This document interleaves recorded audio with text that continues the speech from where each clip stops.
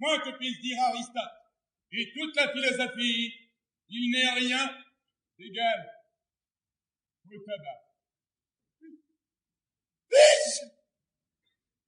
C'est la passion des honnêtes gens, et qui vit sans tabac n'est pas digne de vie.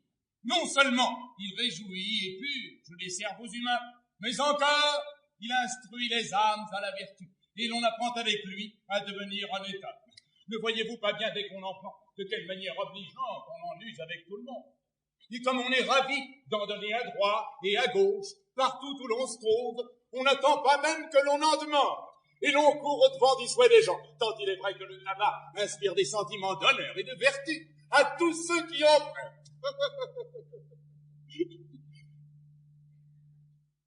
Mais c'est assez de cette matière. Reprenons un peu notre discours. Si bien donc, cher Gusman, que Daniel Vire, ta maîtresse, surprise de notre départ, s'est mise en campagne après nous, et son cœur, que mon maître a su toucher trop fortement, n'a pu vivre, dis-tu, sans le venir chercher ici. Veux-tu qu'entre nous, je te dise ma pensée? J'ai peur qu'elle ne soit mal payée de son amour, que son voyage en cette ville produise peu de fruits, et que vous n'eussiez autant gagné à ne bouger de là. Tu as raison encore.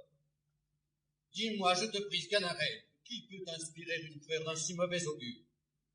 Ton maître t'a-t-il ouvert son cœur là-dessus et t'a-t-il dit qu'il eut pour nous quelque froideur, qu'il est obligé à partir? Non pas, mais à vue de pays, je connais à peu près le train des choses, et sans qu'il m'ait encore rien dit, je gagerais presque que l'affaire va là. Je pourrais peut-être me tromper, mais enfin, sur de tels sujets, l'expérience m'a pu donner quelques lumières. Quoi, ce départ si peu prévu serait une infidélité de Don Juan?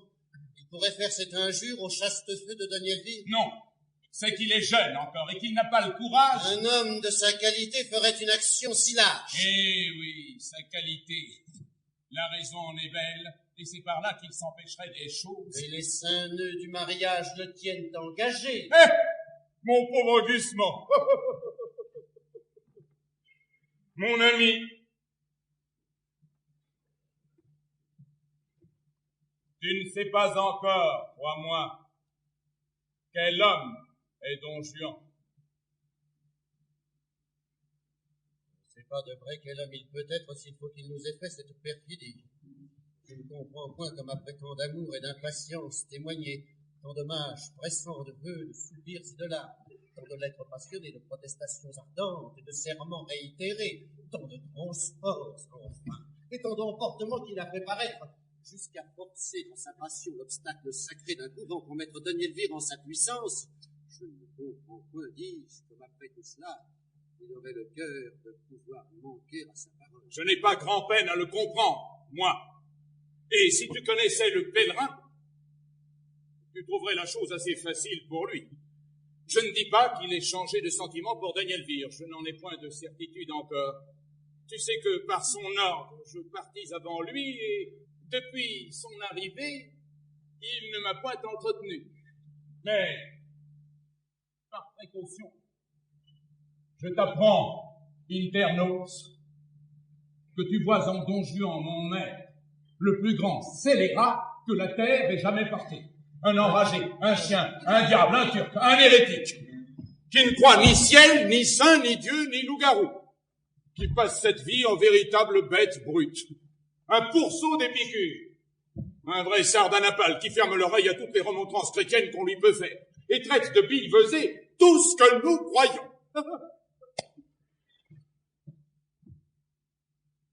Tu me dis qu'il a épousé ta maîtresse. Je crois qu'il aurait plus fait pour sa passion, et qu'avec elle, il aurait encore épousé tout. Sample complete. Ready to continue?